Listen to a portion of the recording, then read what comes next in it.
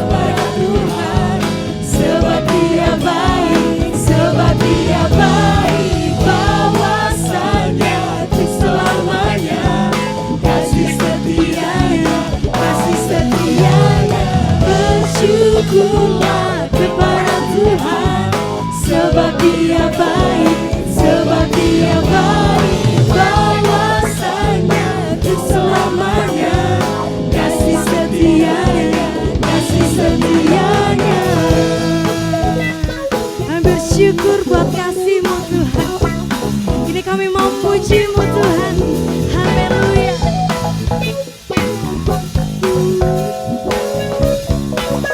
Mari sama-sama kita angkat tangan kita pada Tuhan. Kami mau mensyukuri rahmat-Mu Tuhan. Engkau selalu baik bagi setiap yang Kau beri. Kakiku melompat bagimu.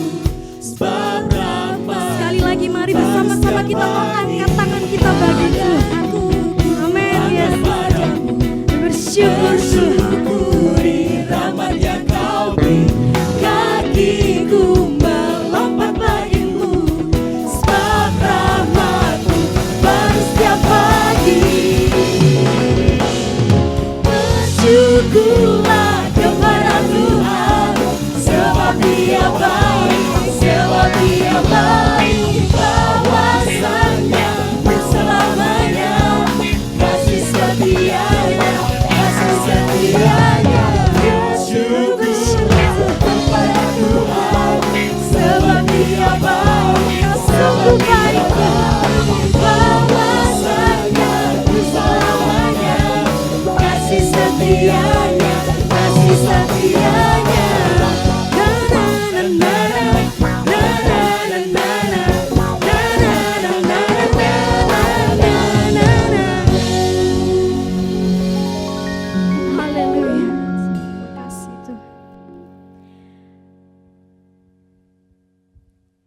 Ibu Saudara yang dikasihi Tuhan, kekuatan manusia memang sangat terbatas.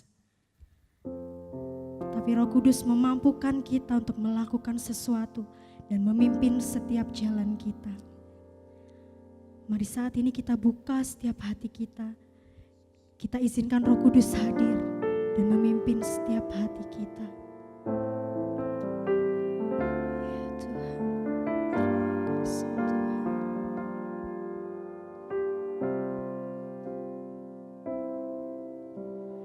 Come Holy Spirit, follow me now. I need your anointing, come in your power.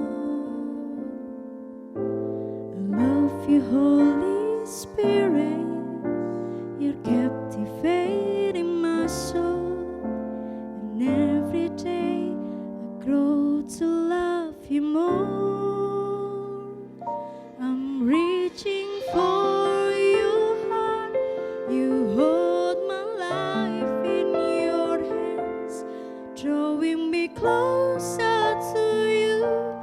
I feel your power in you, nothing compares to this place where I can see you face to face.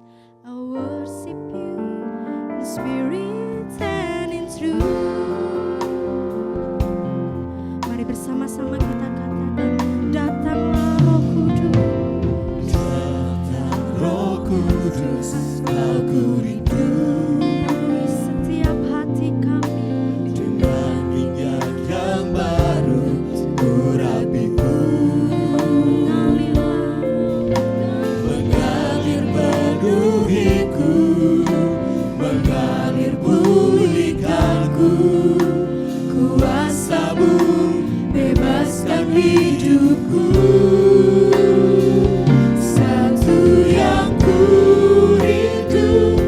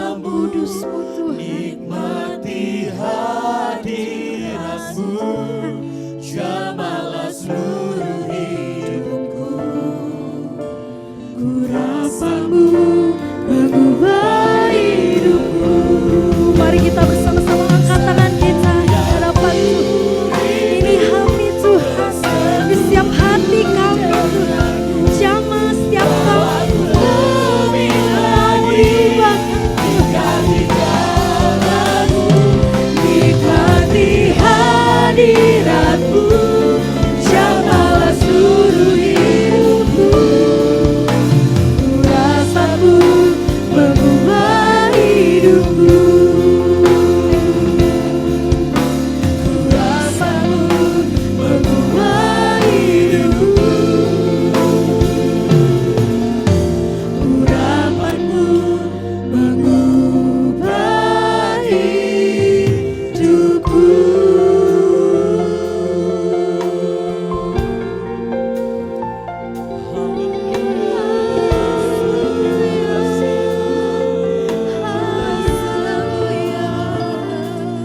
Jamah setiap kami Tuhan, penuhi setiap kami Tuhan. Kami rindu Roh Kudus-Mu. Jamah setiap kami Tuhan, kami rindu Tuhan. Kuasa-Mu mengalir kami setiap kami Tuhan. Kami bersyukur Tuhan, dalam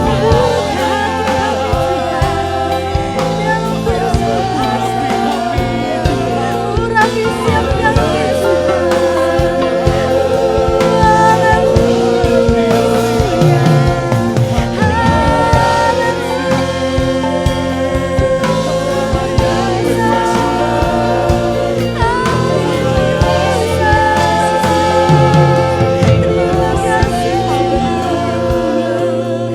Terima kasih Tuhan. Kami bersyukur. Jamah setiap kami Tuhan. Kami percaya Roh Kudus-Mu hadir di sini Tuhan. Kau penuhi setiap hati kami. Kau mau terus Tuhan mengundang Roh Kudus-Mu hadir di Tuhan. Biar Roh Kudus-Mu mengalir penuhi setiap kami Tuhan. Kami bersyukur Tuhan. Terima kasih Tuhan. Bagaikan tanah kering yang merindukan air, demikian jiwa kami Tuhan. Demikianlah jiwaku, kami haus akan Engkau, haus akan Engkau. Ku rindu selalu hadir-Mu di hidup kami, hadir-Mu di hidupku.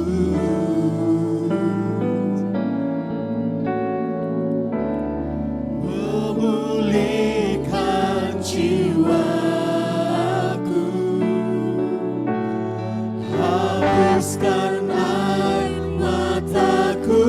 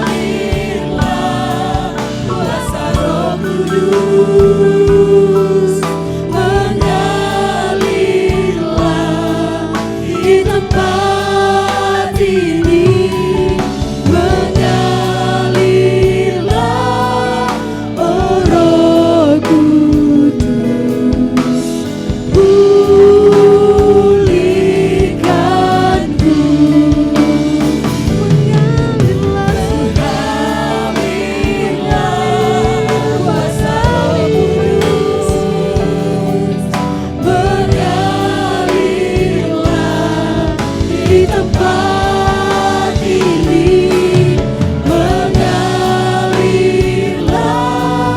oh Roh Kudus, pulihkanku. Mari bersama-sama kita mau katakan, mengalir,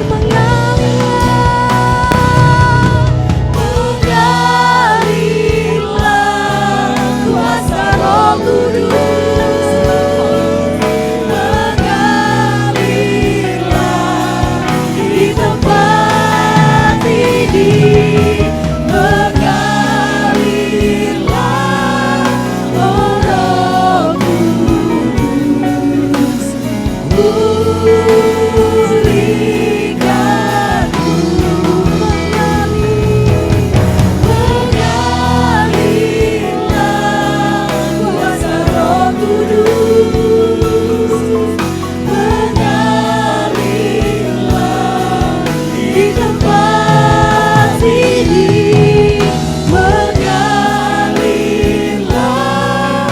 oh Roh Kudus, pulihkanku.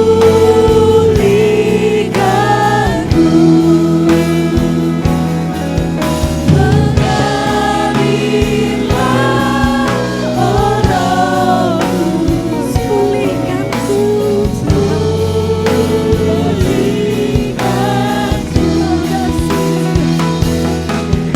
mengalirlah,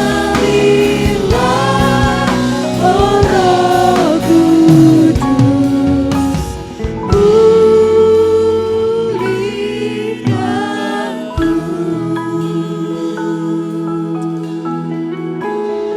Terima kasih, kami percaya Roh Kudus-Mu hadir. Kami merasakan lawatan Roh Kudus-Mu, jamahan Roh Kudus-Mu. Penuhi setiap kami, Tuhan. Jamah setiap kami, Tuhan. Kami percaya, Tuhan.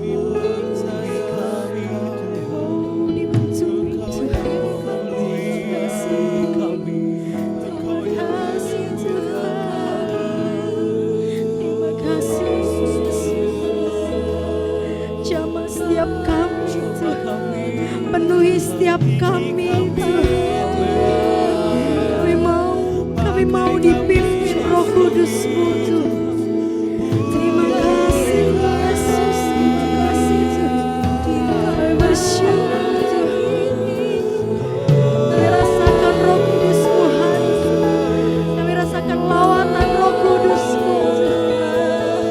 Kami rasakan jamahan Roh Kudus-Mu, Tuhan. Haleluya. Haleluya. Terima kasih,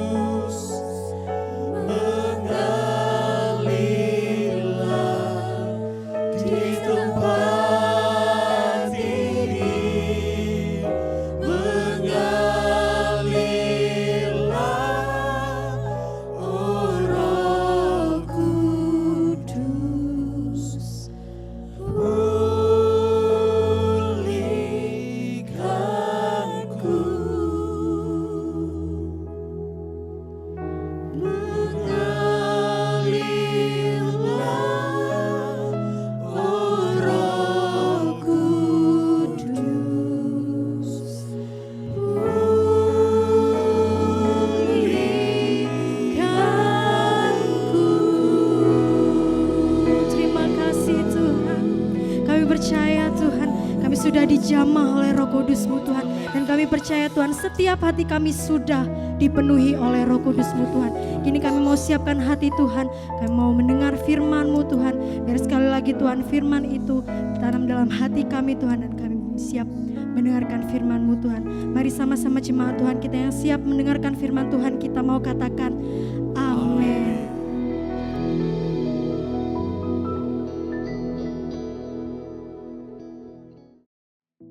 Shalom saudara yang kekasih dalam Kristus, selamat pagi. Hari kita akan mendengarkan firman Tuhan. Saudara yang kekasih dalam Kristus, pagi hari ini kita akan belajar mengenai satu hal, yaitu hal mendukakan Roh Kudus. Oleh sebab itu tema yang saya akan bawakan adalah jangan mendukakan Roh Kudus. Mari kita akan buka dasar pembahasan kita pada saat ini di dalam kitab Efesus pasal 4 ayat 30. Kitab Efesus pasal 4 ayat 30. Sekali lagi, kitab Efesus pasal 4 ayat 30. Saya akan bacakan untuk saudara yang kekasih. Dan janganlah kamu mendukakan Roh Kudus Allah yang telah memeteraikan kamu menjelang hari penyelamatan.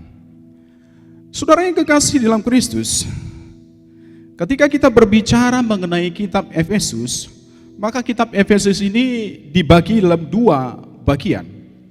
Bagian pertama yaitu pada pasal 1 sampai ayat yang ketiga, itu berbicara mengenai hal doktrinal.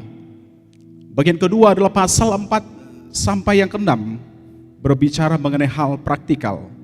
Dalam pasal 1 ayat 1 sampai 3, itu membahas tentang hal keselamatan orang percaya, di mana di sana dinyatakan bahwa keselamatan orang percaya adalah hasil karya dari Allah Trinitas. Di sana ada Allah Bapa, di sana ada Anak Allah Roh Kudus, dan di sana ada Allah Anak. Di dalam kitab Efesus dikatakan bagaimana pembagian tugas ini dijabarkan sebagai berikut. Yang pertama, Allah Bapa di dalam perannya di dalam keselamatan dikatakan Dialah yang memilih kita sebelum dunia dijadikan. Saudara yang kekasih dalam Kristus, keselamatan orang percaya itu adalah pemilihan Allah. Bukan kita yang memilih Allah, tetapi Allah lah yang memilih kita untuk menjadi umat kesayangannya. Dikatakan juga bahwa Dia memilih kita sebelum dunia dijadikan. Artinya memilih kita itu berasal dari luar dunia. Ya, kalau kita melihat di dalam dunia, dalam pembahasan kitab Efesus, dunia di sini merujuk kepada dunia yang cemar, yang penuh dengan dosa. Itulah sebabnya Paulus mengatakan agar kita kudus dan tak bercacat di dalam pasal 1 ayat 4. Artinya, saudara yang kekasih di dalam Kristus, Allah Bapa memilih kita agar kita memiliki hidup yang berkualitas. Kekudusan adalah kehidupan yang berkualitas. Di luar kekudusan bukanlah kehidupan yang berkualitas. Itu yang pertama. Yang kedua, peran kerja daripada Allah Anak di dalam keselamatan orang percaya. Di dalam pasal 1 ayat 7 sampai 12 dikatakan bahwa Anak yang menebus kita pada masa lampau. Keselamatan orang percaya adalah melalui pencurahan darah Kristus. Pencurahan darahnya didorong oleh kerelaan hatinya, bukan terpaksa. Sekali lagi, pencurahan darah Kristus menyelamatkan orang percaya adalah kerelaan hatinya, bukan terpaksa. Saya akan mengangkat satu ilustrasi kepada kita, saudara yang kasih dalam Kristus.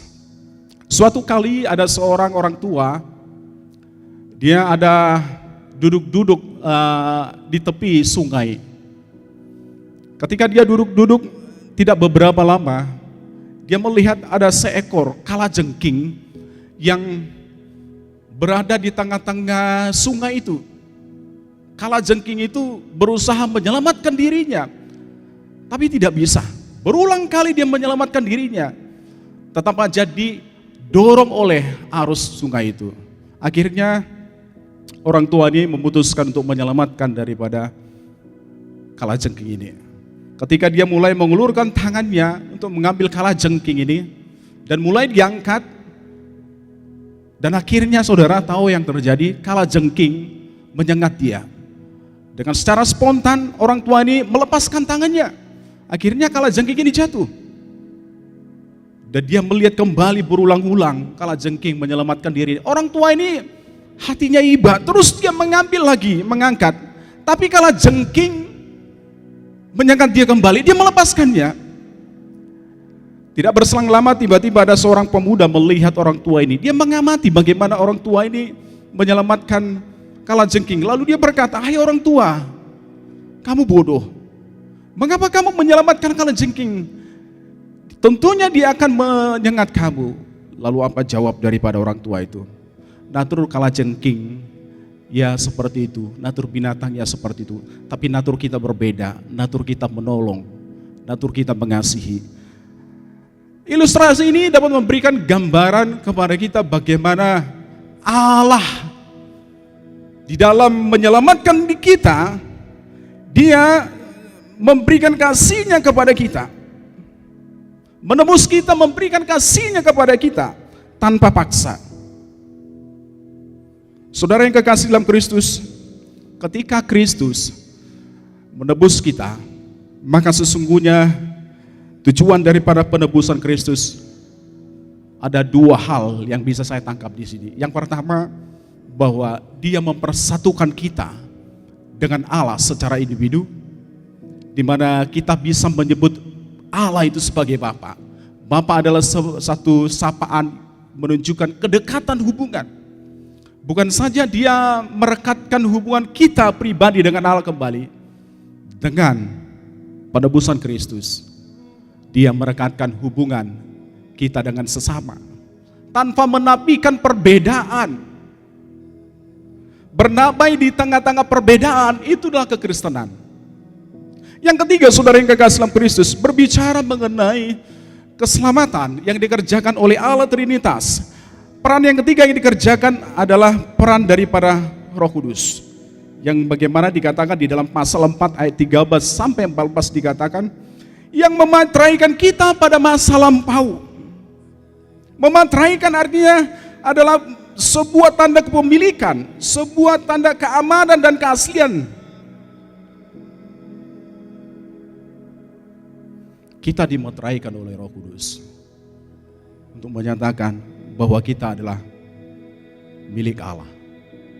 Ketika kita berbicara mengenai materai, saya teringat dengan satu pemateraian yang dikerjakan oleh seorang yang peternak kuda. Ketika seorang ingin memberikan tanda pada kudanya, maka dia memeteraikan kudanya dengan cap besi yang panas sekali. Ya, akhirnya cap besi itu membekas di dalam kulit daripada kuda. Ketika kuda itu bepergian kemanapun, maka orang-orang tahu bahwa yang punya kuda ini adalah si Anu. Demikian juga dengan kita, saudara yang kasih dalam Kristus. Kristus di dalam keselamatannya menyelamatkan kita. Roh Kudus di dalam memateraikan kita dalam peran keselamatan, Dia memateraikan kita. Dan Roh Kudus itu adalah materai kita juga.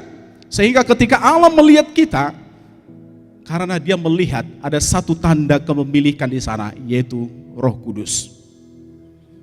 Saudara yang kekasih dalam Kristus, dikatakan tadi dalam pemateraian Roh Kudus, bahwa Roh Kudus telah memateraikan kita pada masa lampau. Roh Kudus juga telah memateraikan kita menjelang hari kedatangan Kristus. Dengan semua apa yang dikerjakan oleh Allah Trinitas. Di dalam pasal 1 ayat 18 sampai 19, Paulus menyatakan satu kata-kata pengagungan. Demikian. Betapa kayanya kemuliaan bagian yang ditentukan bagi orang-orang kudus. Dan betapa hebat kuasanya bagi kita yang percaya sesuai dengan kekuatan kuasanya.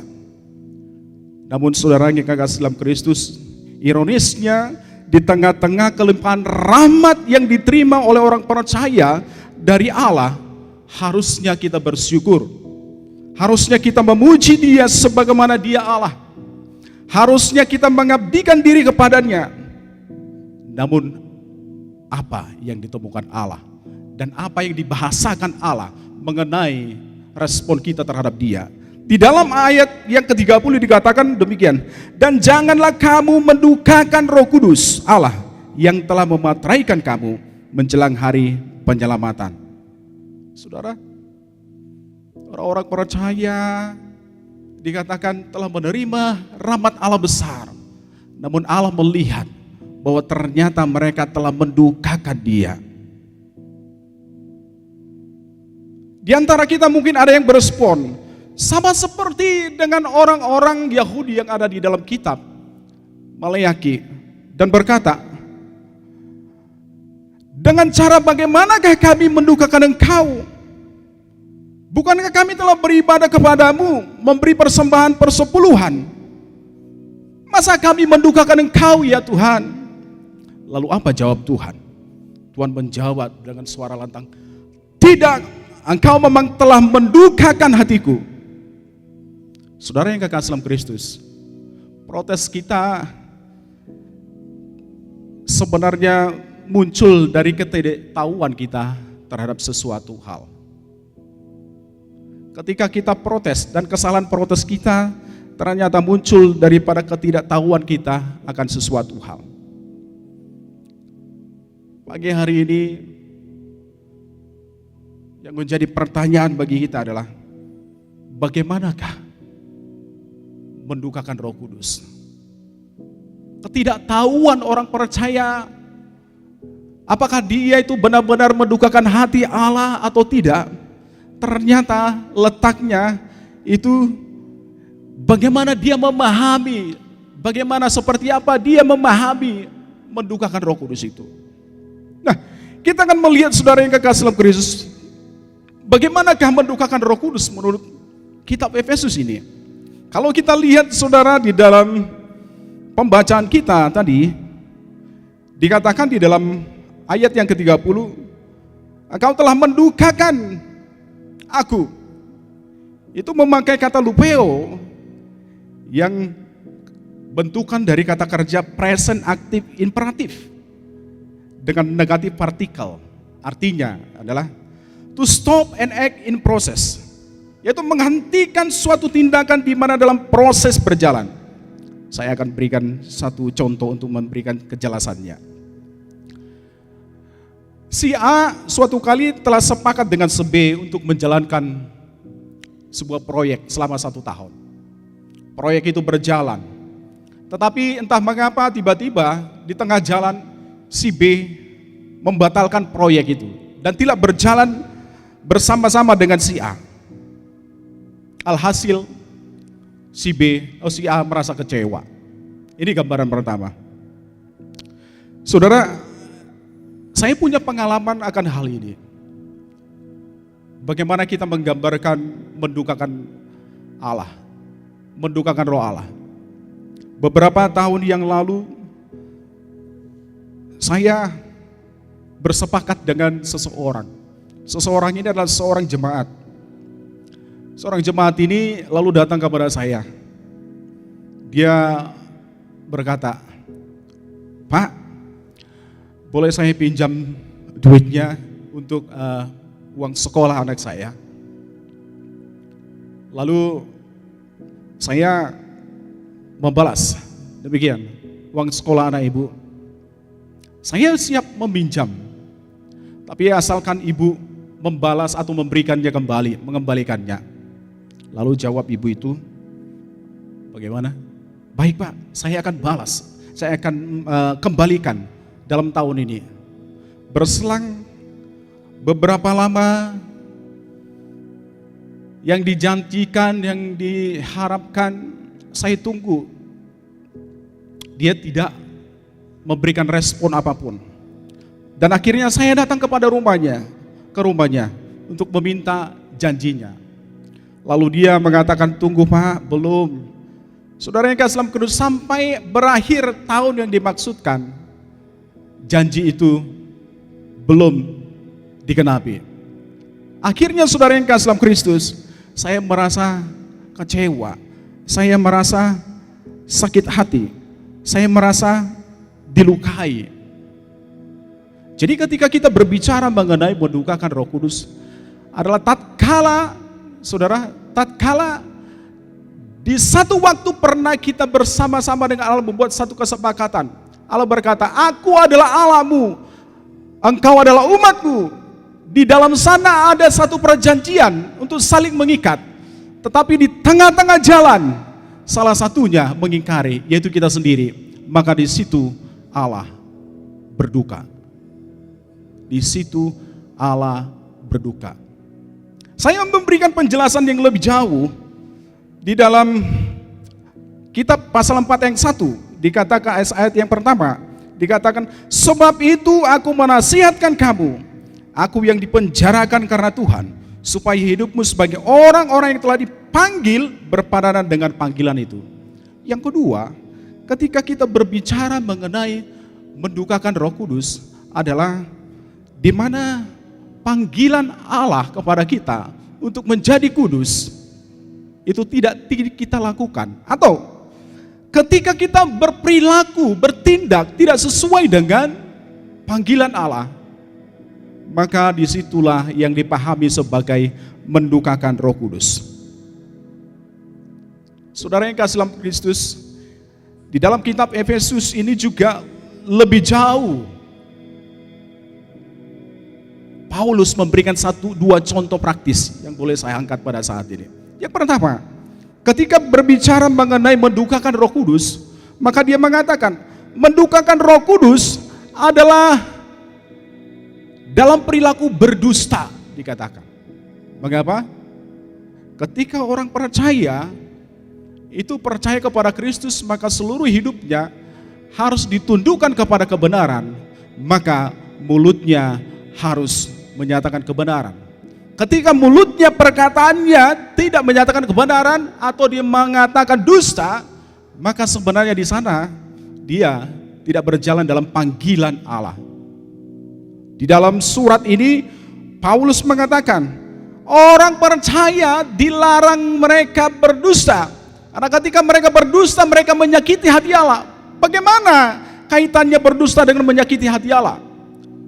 Di dalam konteksnya Paulus mengatakan bahwa ketika Allah menciptakan manusia dan ketika Allah menangkap manusia dan menjadi percaya kepada dia, maka manusia yang beragam itu disatukan menjadi satu. Ketika yang beragam itu disatukan menjadi satu, maka itu harus dijaga kesatuannya. Dan kesatuan itu bisa rusak oleh karena yaitu dusta yang diberikan oleh manusia. Dusta yang dibuat oleh orang-orang percaya. Praktis yang kedua yang dibuat oleh Paulus adalah soal marah. Marah juga dikatakan oleh Paulus adalah dapat mendukakan roh Allah. Saudara, kalau menurut pemikiran orang-orang, marah itu jahat.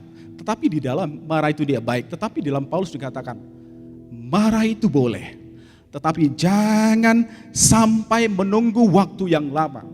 Kalau kita menunggu waktu yang lama, maka akan mengundang potensi-potensi kejahatan yang lainnya.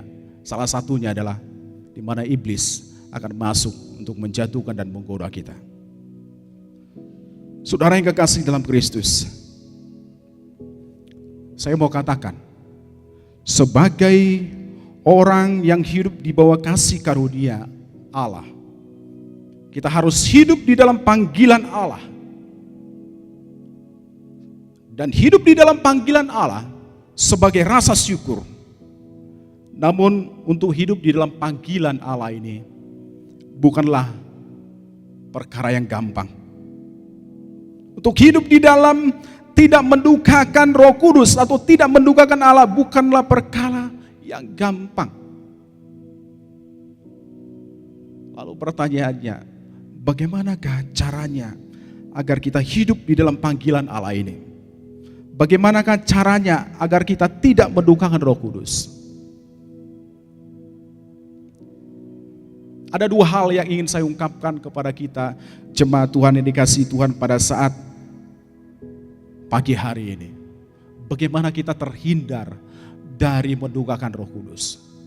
Yang pertama, ketika kita menghindar dari mendukakan Roh Kudus, yang pertama hal yang harus kita kerjakan, lakukan adalah kasihilah Allahmu.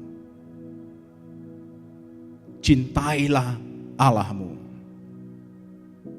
Saya akan memberikan satu ilustrasi di sini.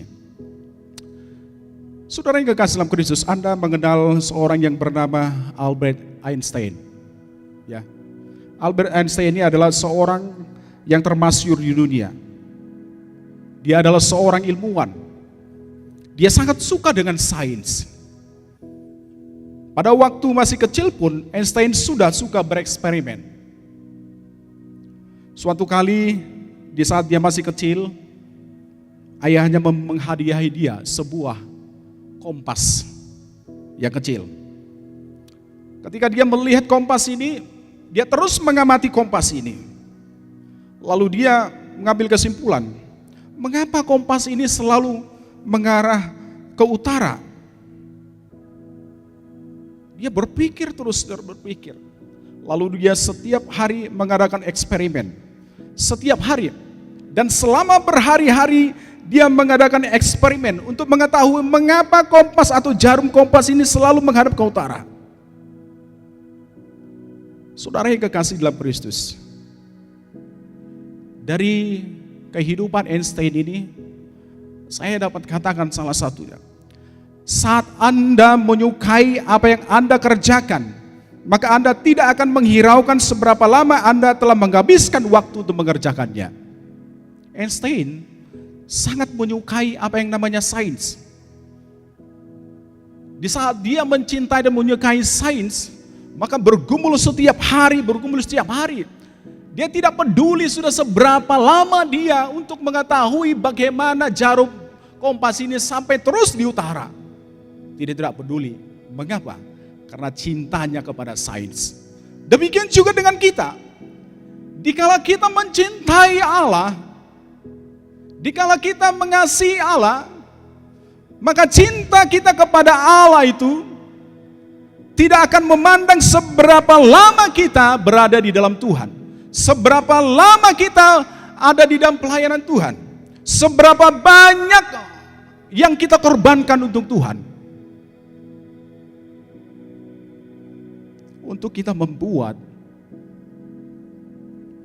kita sendiri terhindar atau tidak mendukakan Roh Kudus.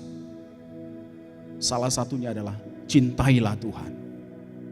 Ketika engkau mencintai Tuhan, maka engkau akan tidak pernah menyakiti hatinya, dan engkau akan memberikan waktu lebih, dan engkau pasti akan mengorbankan lebih kepada Allah. Itu yang pertama, saudara yang kasih dalam Kristus. Yang kedua, ketika kita ingin berjalan di dalam panggilan kita, atau kita tidak mendukakan Roh Kudus, yang kedua adalah jangan hidup seperti orang yang tidak mengenal Allah dengan pikiran yang sia-sia. Kalau kita lihat di dalam pasal 4:17 dikatakan bagaimana anjuran Paulus agar kita tidak hidup di dalam pikiran yang sia-sia. Kemudian dikatakan di dalam ayat yang kedua pasal 5, tidak hidup di dalam hawa nafsu. Kita harus hidup sesuai dengan panggilan Allah. Jika kita hidup di dalam pikiran yang sia-sia, atau kita mendengarkan pikiran yang sia-sia, atau kita mendengarkan tentang hal yang membuat hawa nafsu kita bergelora, Paulus menganjurkan lebih baik jangan didengarkan, apalagi dilakukan. Saudara yang kekasih dalam Kristus, mengapa Paulus mengatakan? Karena dunia kita berbeda. Sekarang kita ada di dalam terang. Sekarang kita ada di dalam jalan Allah, berbeda dengan dunia, jalan-jalan dunia. Di dalam pasal 4 sampai pasal 5, kerap kali ditekan kata hidup, hidup, hidupilah panggilanmu, hidupilah panggilanmu, dikatakan berulang kali. Jadi kita harus menghidupi panggilan kita. ketika kita menghidupi panggilan kita, maka saudara yang kekasih dalam Kristus, ada beberapa hal yang akan terjadi di sana. Ya, ada beberapa hal yang akan terjadi di sana. Yang pertama, saudara yang kekasih dalam Kristus, ketika kita menghidupi panggilan kita, maka kita akan memberikan target bagi diri kita sendiri untuk melakukan sebanyak mungkin hal yang baik. Yang kedua, orang yang menghidupi panggilannya, dia akan berusaha membuat imannya setiap hari makin bertumbuh. Saudara yang kekasih dalam Kristus, pada saat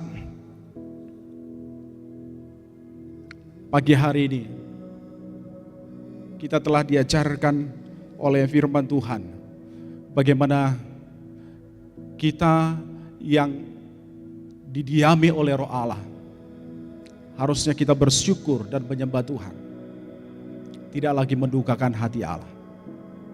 Karena kita tahu kita telah mendapatkan begitu besar rahmat Tuhan. Terpujilah nama Tuhan. Buat pagi hari ini kita telah diberikan berkat rahmat Tuhan melalui firman yang diberikan kepada kita.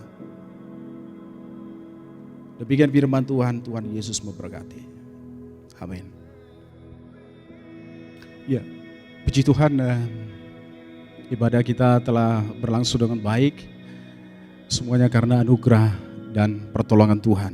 Dan kita telah mendengarkan firman Tuhan mengajarkan bagi kita, kepada kita, bagaimana kita untuk tidak terjebak atau jatuh di dalam perilaku mendukakan Roh Kudus atau mendukakan Allah. Dan hari ini kita akan mengakhiri ibadah kita dengan menerima dua berkat. Oleh sebab itu saya minta jemaat Tuhan untuk bangkit berdiri. Kita mau berdiri dan meminta berkat yang daripada Tuhan. Kami bersyukur ya Tuhan buat ibadah yang terselenggara dengan baik. Buat firman Tuhan yang Tuhan berikan bagi kami pada saat ini. Sungguh kasih-Mu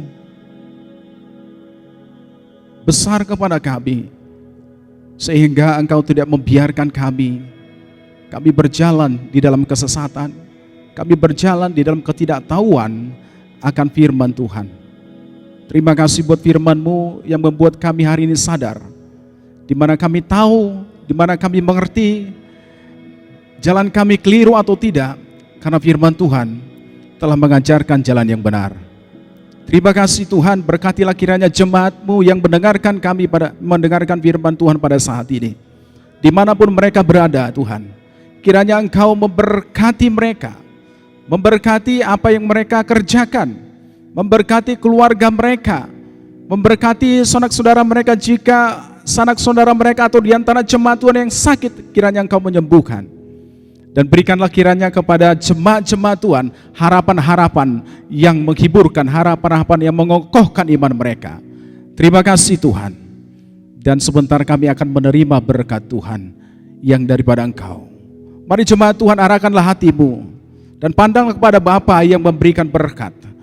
Berkat yang melampaui daripada apa yang diberikan kepada dunia ini. Tuhan memberkati engkau dan melindungi engkau. Tuhan menyinari engkau dengan wajah-Nya dan memberi engkau kasih karunia. Tuhan menghadapkan wajah-Nya kepadamu dan memberi engkau damai sejahtera. Terimalah berkat ini di dalam nama Tuhan Yesus Kristus. Amin. Tuhan Yesus memberkati.